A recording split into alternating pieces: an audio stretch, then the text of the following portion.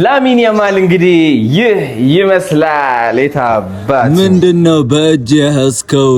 ችቦ ገሰ ነው እንዴ አዶናይ? ይሄ ላሚንን ሳይሆን እዛ ጋር ያለችውን ላሟን ይመስላል። እንደ ውድድሩሻ ስልል ያለ ልጅ አምጥተህ ላሚን ያማል ትለናል እንዴ? ባምቡሃ ነው እንዲያደገው እንዲ ድርቅ ብሎ የቀበሌ ስጋ ነው ይመስለው። የኮንዶሚኒየም ዘበኛ ያመጣችሁ ሰው ይመስላል ማለት ጀመራችሁ። ላሚን ያማልን ሳይሆን አክሊሉ ለማን ትመስላለህ? ይሄ እኮ መልካም ወጣት ወስደኸው ለምን ይቅማል ነው መባል ያለበት እንዴ? እንደ ሀገር ያመናል ነው እንዴ?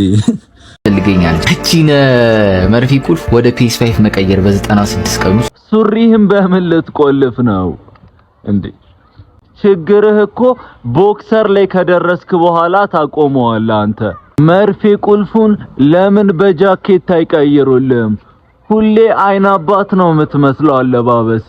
የሆነ ጭምቅ ያልክ ልጅ ያቺ ሬጂስትራር ያለችውን ሴትዮ ነው የምትመስለው።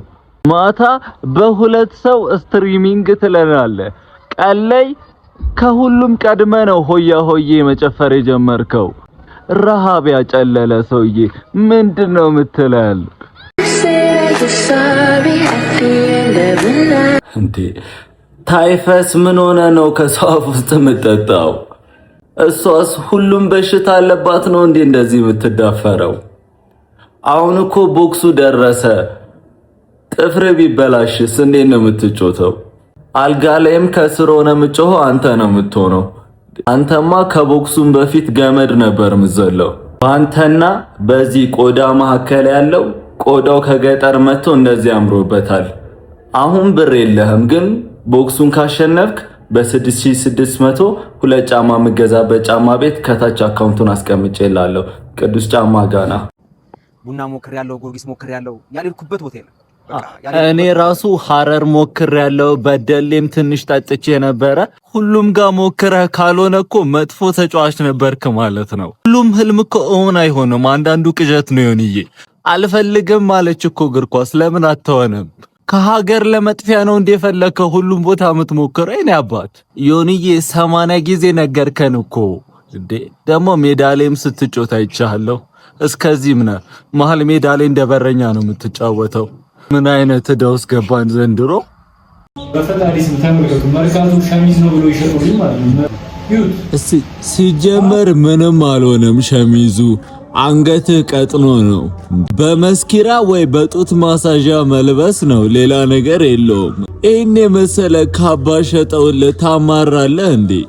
ጉርድ ቀሚስ እኮ ነው የሸጡልህ። ለምንድነው ከላይ ለበስከው?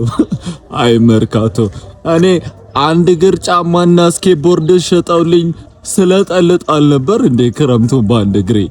ረቡኒን መስለሃል እኮ። ቱቱ ካይን ያውጣ እንዴ። ጥግ ላይ ነበረ እኮ የቆምከው። ጠረጴዛውን መገልበጡ ለምን አስፈለገ ጆንዬ? ድራማው ይጠናከር እንጂ። ጳውሎስ ከዚህ በላይ ድራማ አልሰራም እንዴ? ሴዶ ሲጀመር ሜላትን ነው የሚመስለው። ባለፈው ንቃተ ህሊና ቢች ስላፕ ተማቶ ሮጠ። አንተ ሴዶን አምጥተ ቲቪ አሰበርክን። አዲስ አበባን እያፈረስክ ነው እንዴ? ጀርባ ይጠና ጆንዬ። ሴዶን ጉልበቱን ከሰበርከው ማንም ካንተ ጋር አይጮትም። ወይ ዳኛ ወይ የንቃታ አሰልጣኝ ብቻ ነው የምትሆነው። ሴዶዬ ቲቪ ለማየት በበቅሎ ከገጠር ከተማ እንዳልገባህ ዛሬ ቲቪ መደለቅ ጀመርክ። አስማት ሊመስል ይችላል፣ ግን እንደዚህ ሪሞት የሚባል ነገር አለ። ስትነካው ቲቪውን ያጠፋዋል። እውነት ሁሉንም ነገር መደለቅ የለብህም እኮ። ኤሌክትሪክ ቢዝስ እሺ፣ እናተ በእንሰቱ ጊዜ ቢገርፉ ይሻል ነበረ። አሁን ቲቪ ደለክ መተ። ከእናንተ ጸብ ያሳዘነኝ ዮናታን ነው። ኳስ ተጫዋች ሳይሆን ሞቶ ነበር እኮ።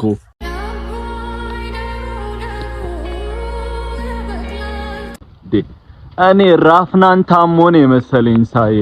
ምን ሆነ ነው? ምትታወቅ ቢሆን እኮ እስካሁን ትታወቅ ነበረ።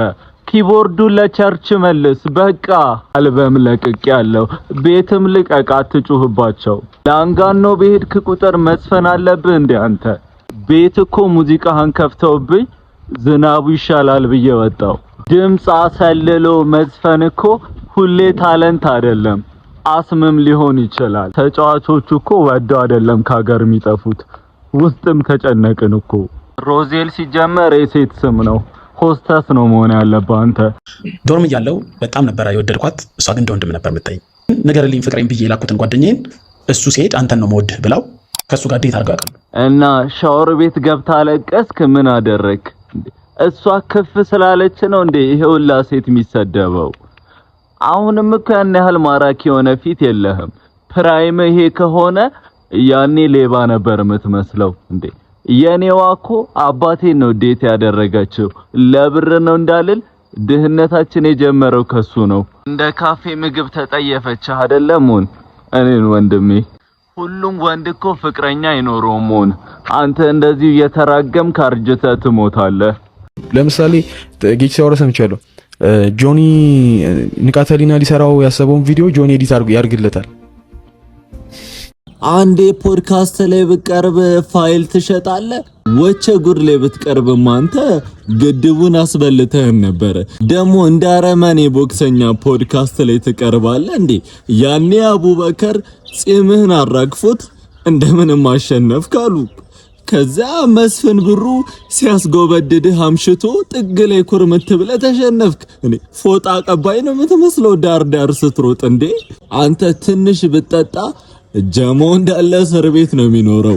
በእጅ ዙሪያ እኮ ብዙ ስራ የለም። በዚሁ ከቀጠልክ መረብ ተጫዋች ነው የምትሆነው።